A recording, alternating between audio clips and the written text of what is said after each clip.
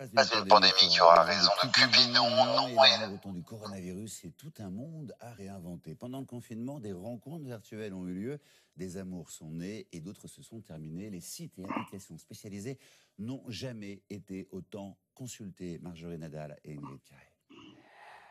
Il y a 2 mois et demi, Juliette, 27 ans, avait le statut de célibataire. Confinée seule, donc, elle s'est inscrite sur cette appli de rencontre qui propose de prendre le temps de bien trouver son partenaire. Et du temps, elle en avait. J'avais envie d'être écoutée, d'avoir de l'attention sur moi. Je m'étais dit qu'en m'inscrivant sur une appli de rencontre, je ne rencontrerais pas tout de suite, mais au moins je commencerais à tisser un lien en fait avec quelqu'un. Des liens qui se sont noués après plusieurs semaines de discussion. Juliette a été séduite non pas par Roméo, mais par Romain. Salut.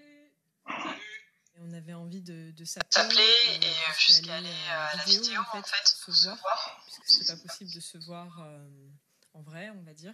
Avant, les sites de rencontres permettaient des discussions virtuelles, puis les célibataires se découvraient lors de speed dating ou dans les bars et restaurants. Ces derniers fermés, il a fallu trouver d'autres moyens de se voir. L'appli a été la première à proposer une option en visio. La vidéo s'est très vite imposée comme une option et comme finalement une transition, c'est-à-dire on chatte un petit peu, c'est sympa, il y a l'étincelle, il y a la chimie qui prend, et puis après, la vidéo va nous permettre de passer à certaines autres étapes. On se fait visiter nos appartes, on cuisine ensemble, on regarde un film ensemble, voilà. Réinventer l'amour, pas si simple. D'ailleurs, la première semaine du confinement fut très calme sur les sites de rencontres. Mais dès le 22 mars, le site leader Mythique a vu le nombre de messages entre célibataires exploser, presque un record. Alors il a fallu s'adapter à ces échanges confinés en proposant des podcasts et des vidéos de love coaching. Pour répondre à toutes les questions que les célibataires se posaient. Comment ça va se passer quand on aura parlé pendant 3 mois, qu'on se sera tout dit, et comment ça va se passer le fait de se voir en vrai.